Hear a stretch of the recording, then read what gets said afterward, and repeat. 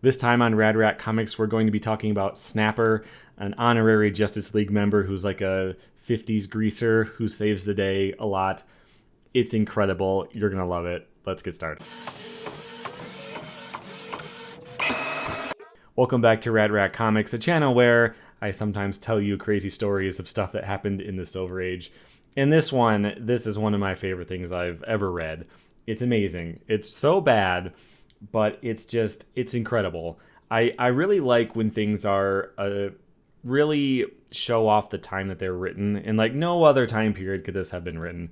So we're talking about Brave and the Bold number 28. I'm looking at it on my screen here. I have the digital copy of this one, which is kind of a pilot issue for the Justice League. This is in the Justice League Silver Age Omnibus Volume 1.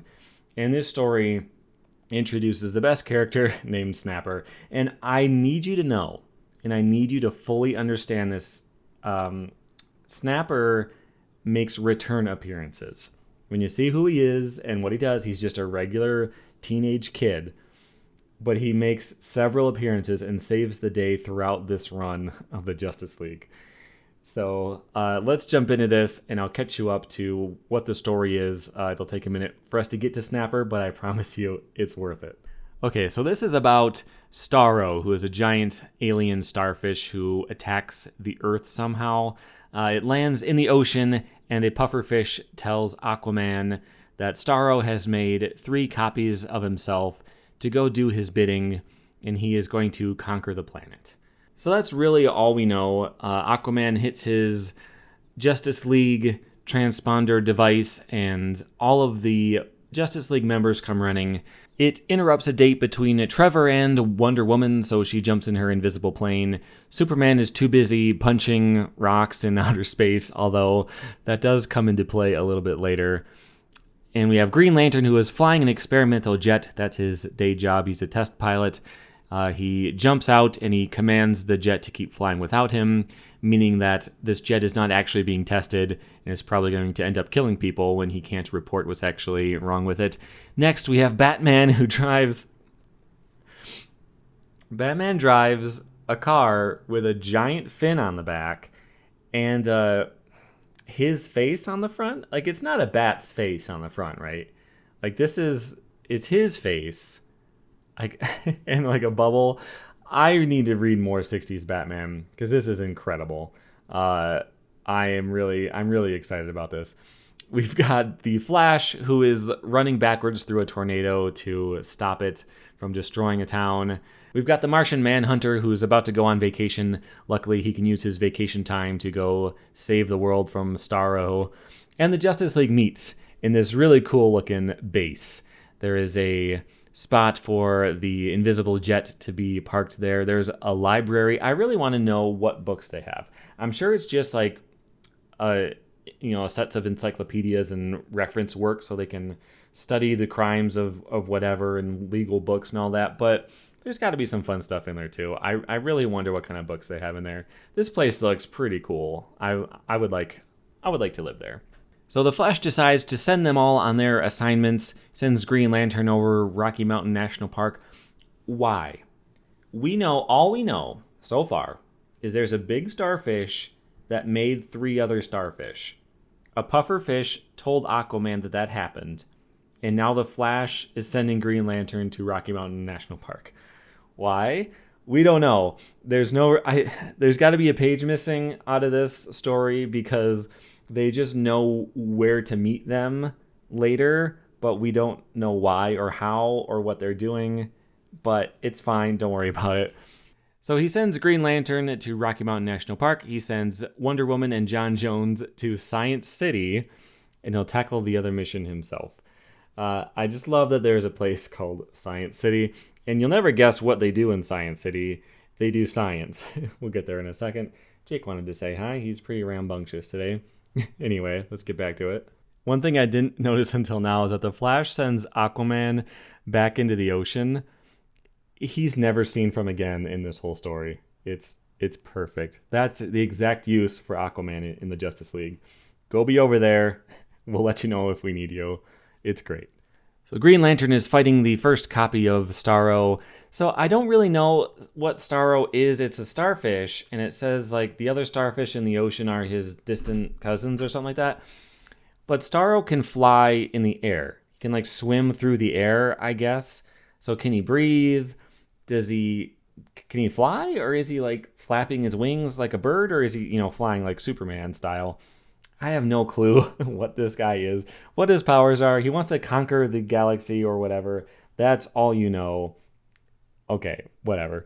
So Starro's plan is to use this representative of his to attack this U.S. Air Force airplane.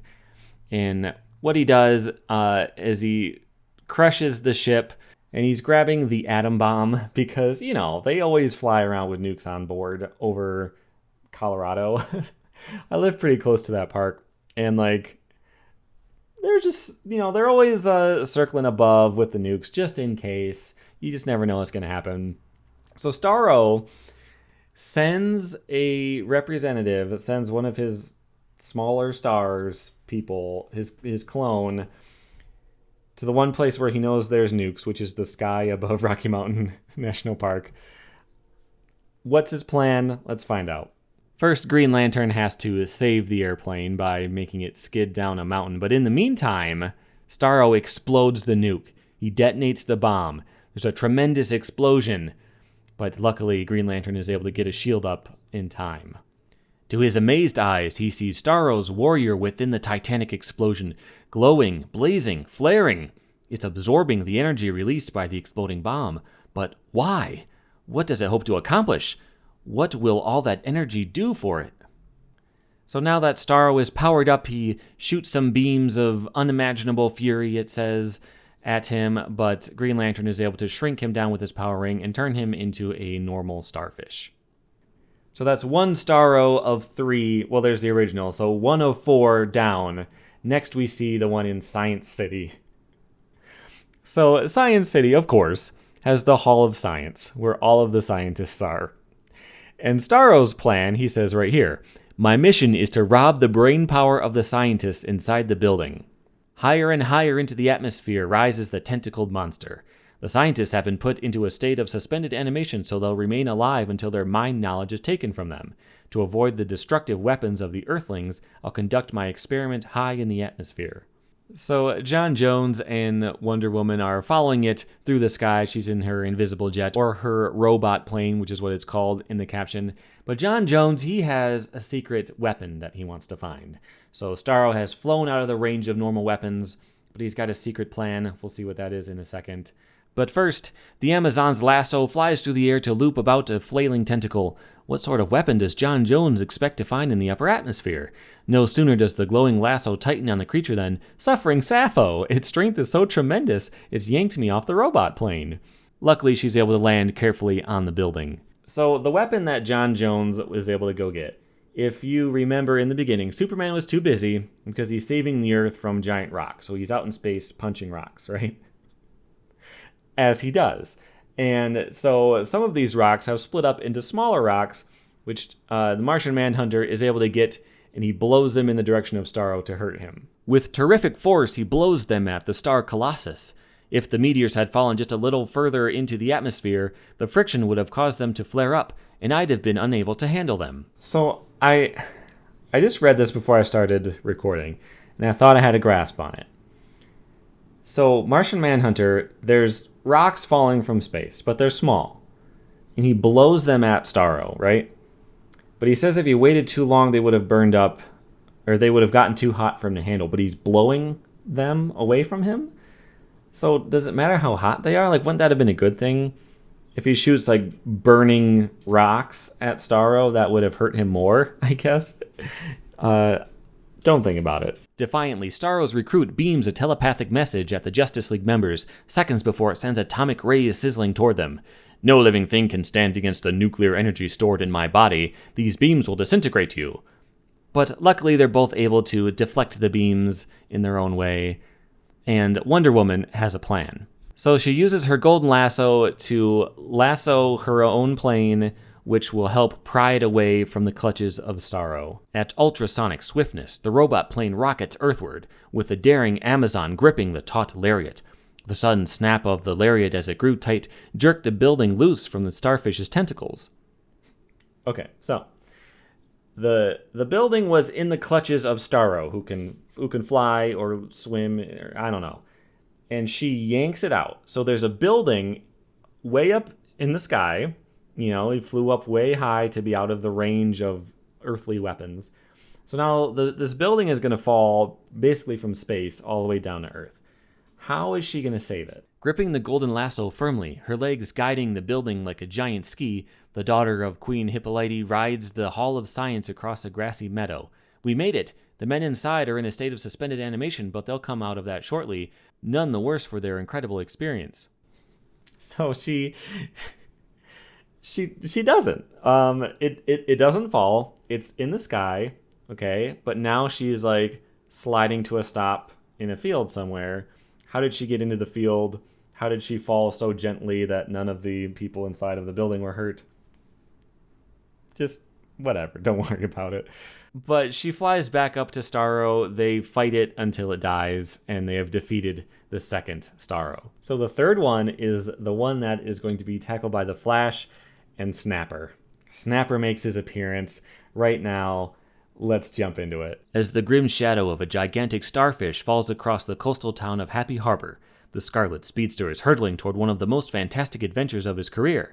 Not only must he find a way to defeat the monster, he must also learn the secret behind the strange immunity of his teenage pal, Snapper Carr. For 3 hours, young hipster Snapper Carr has been spreading turf builder, lime, and sodium chlorate on the family lawn. Man, this grass mat is the coolest. Wait till Daddy-O casts his orbs on it. I'll tell him I'm finished. Hey, what's with the family circle? Where are they beating their feet to?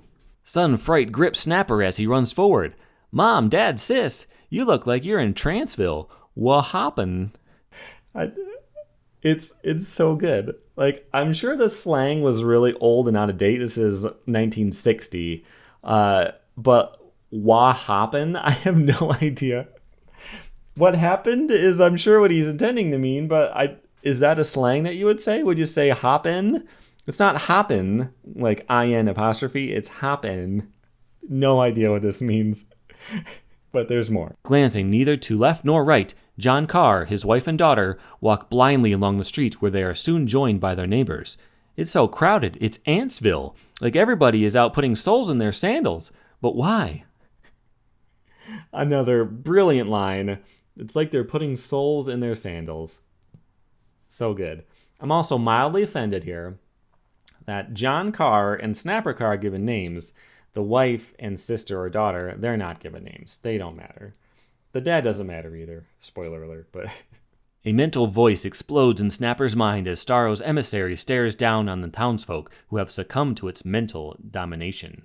People of Happy Harbor, you are under my mental control. When I give the order, you will go to... Wait! From a swaying tentacle, a beam of sizzling atomic power lances downward, straight for the young hipster.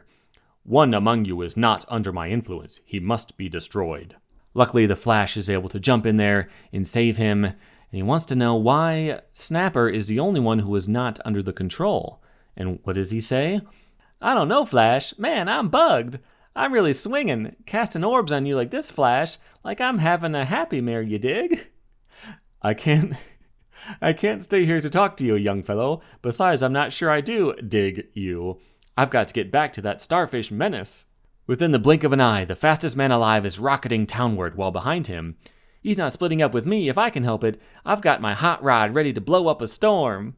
So the Flash, as maybe foreshadowed in the beginning, he makes a tornado again, but this time he uses it to blow Starro up in the air, who decides he needs to get into some water where he is safer from the Flash. Is this where they call Aquaman back to fight him in the water? Of course not. Aquaman is just waiting in the ocean just in case something happens. What the Flash does is he stomps his foot very quickly to split the water. He has to do it a couple times until Starro is on the dry bed. And then as the walls of water come back down, they clap on him and crush him to death in the water. And so all three Starros are defeated, leaving only the main one, But we still have to figure out the mystery of Snapper. As the water subsided and washed the lifeless starfish in against the shore, "Man, I never saw anything like that before. It was far out." That finished off Starro's third agent. Now, to see about the people Starro had under its mental domination. "Come on, Snapper, into your hot rod. We're moving." And so the Flash pushes Snapper's car back, and he says, "Like Speedsville, wow." "Hey, Flash, dig Mom, Pop, and Sis. They've cut out of their trance. They must have been released from the starfish's spell when it was knocked out." And so Flash asks them what the mental command from Starro was, and he says to go to Turkey Hollow, which is 5 miles east of here. And so the Flash says that he's going to summon the rest of the Justice League to meet them there, and Snapper replies with, "You hear these fingers snapping, Flash? That's my way of showing I like something. That's why the cats around here call me Snapper." Now you know the origin of Snapper's name, but so his whole family was just under the control of a giant mental starfish, and they get free, and they figure out what the next move is, and he decides to take a minute to tell the Flash that his snapping means that he likes things, and that his nickname is Snapper. It's just so good. I love it. But we've got one more chapter here. This is where they confront the final Mega Starro and figure out what his plan was. "My starfish deputies have been destroyed, but not before they completed their missions. The atomic energy of the first deputy was relayed to the second one. The second transferred the scientist's knowledge to the third. And from the third, I learned I can control human minds as it controlled them. The Earth is mine. Earth beings will obey me when I order them to explode all their atom bombs so I can bathe in them and absorb their energy. With enough nuclear power in me, I can travel on to other worlds. This is my first attempt to conquer a world. I had to test the powers of these humans by using 3 agents. Now that I have succeeded, I can conquer the universe." The plan actually made sense. He sent out his deputies to test out his different things and to come up with a plan. The plan is to learn all about science so he can learn about nukes, and then learn mind control so he can have them nuke him so he can absorb all the energy, use his energy to conquer the universe. Okay, that actually made sense. That's not much of a plan. Like, why is he conquering the universe? Does he need anything? Like, don't worry about it. He's a starfish who does not have a spaceship, by the way. He just landed in the water in the beginning. He wants to conquer the universe. How's he going to get to other planets? I don't know. So anyway, the Justice League confronts him, and he's able to read their minds. He knows that Green Lantern's weakness is that he can't control things that are yellow, so he changes his own color to yellow. "Starro's beam missed me and hit Snapper. It has no effect on him. In my secret identity of Barry Allen, I'm a police laboratory scientist. I wonder." So he as the Flash does not wonder anything. He as Barry Allen wonders something. It's very important you know that. "Quick, Green Lantern, use your power ring to act as a spectroscope on Snapper. Wonder Woman and John Jones keep Starro busy. Flash and the Green Lantern gather with Aquaman about Snapper." Okay, my mistake. I said Aquaman didn't come back.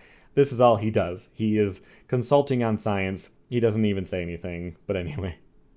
"His spectrum shows nothing unusual except the spectroscopic lines for calcium. It shows he's covered with calcium oxide, lime. That figures. I was using lime on the lawn today." So they determine that lime is the weakness of Starro. Green Lantern is able to find several barrels of it nearby. We'll pay the farmers for their lime later. And they coat Starro in lime. Until finally, Starro is imprisoned in an unbreakable shell, a living statue of lime. Not living for very long if you are inside a statue. This really reminds me, when I was a kid, I used to draw my own superheroes. I would try to make comics, but I was too young. I was like 8 years old. So I would draw a character, and I would come up with, their actual name and where they're from and their weakness. And I remember, so I was used to, in Superman, it's a rock. It's a green rock, kryptonite, that he can't have anything, he can't be around with. That's his weakness. And so I created this character, and for his weakness, I put shale, because that was the only type of rock I could think of. He had to be weak. His weakness had to be some kind of rock.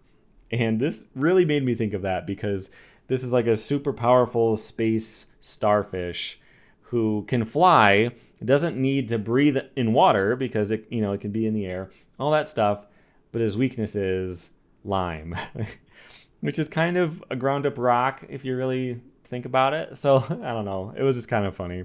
Later, by unanimous vote of all the members, Snapper, in appreciation of your help, we have elected you an honorary member of the Justice League of America. This band is your signaling device. Wear it always. You never know when we may call an emergency meeting. Well, Snapper, what do you say? My fingers are saying it for me, Flash. So that is the origin of Snapper, my favorite Justice League member. As I mentioned in the beginning, he makes more appearances later. He is in several of the following issues in this first volume. I haven't read the second volume, but it's great. And he always accidentally saves the day. You know, like someone breaks into the Justice League headquarters and hypnotizes all of the heroes, but he's taking a coffee break, so he doesn't get the hypno ray or whatever, and so he's got to free them. But he's just a regular guy, you know, and it's so good. I loved that story. I love Snapper. He is my hero. I want a statue of him. I want an action figure. I want a poster. I want Snapper stuff all over my house because he's great. But that's it for this time. I will come up with some more stories to share with you in the future. There's an endless amount of these ridiculous stories. But for now, that's it. Make sure you subscribe so you don't miss that stuff in the future. Hit the like button too, and I'll see you later. Thanks for watching.